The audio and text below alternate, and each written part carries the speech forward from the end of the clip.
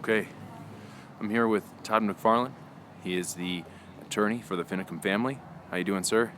Great. How are you, Spiro? Doing good, thank you.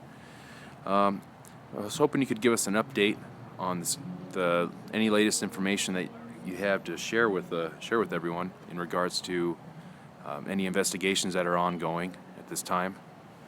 So, I assume you've kind of talked about why we're here in Kanab, which is the fact that we're here for LaVoy Finicum's funeral and memorial services here today. And so, really, as far as the family is concerned, we've tried to separate the two issues on this day. On this day, we wanted this day to be all about LaVoy, his family, the life he led here, that sort of thing. And we've tried to kind of, to some extent, put Oregon out of the picture, out of our minds, and not be too caught up in that.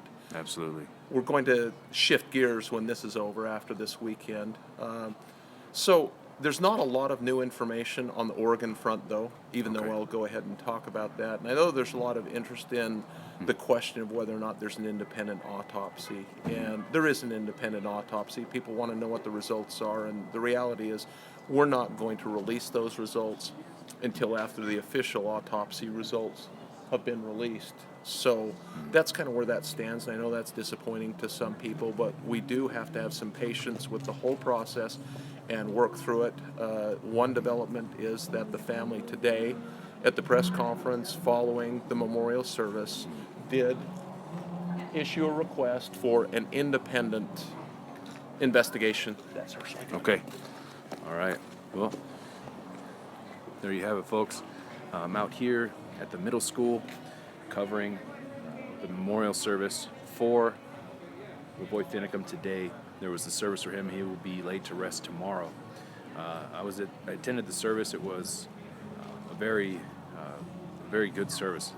I think around 2,000 people showed up. It was a packed, full house, and the people there were joyful. There were tears shed. There were laughs shared.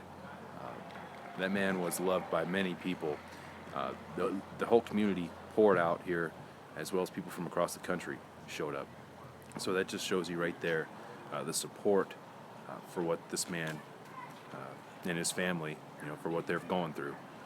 So this is what I wanted to share with you guys. Stuff that the mainstream media is not going to tell you. They're going to grab a couple nut jobs or people that might not all be there to try to talk to. And that's not what's going on out here. You have good people, you have families, people that have been in this region, in this area for generations. So it was pretty amazing. I'm going to get back in there right now. Inside they're having some bands play. Victoria Sharp's going to be singing in there. I don't think live streaming that would be it would turn out too well. So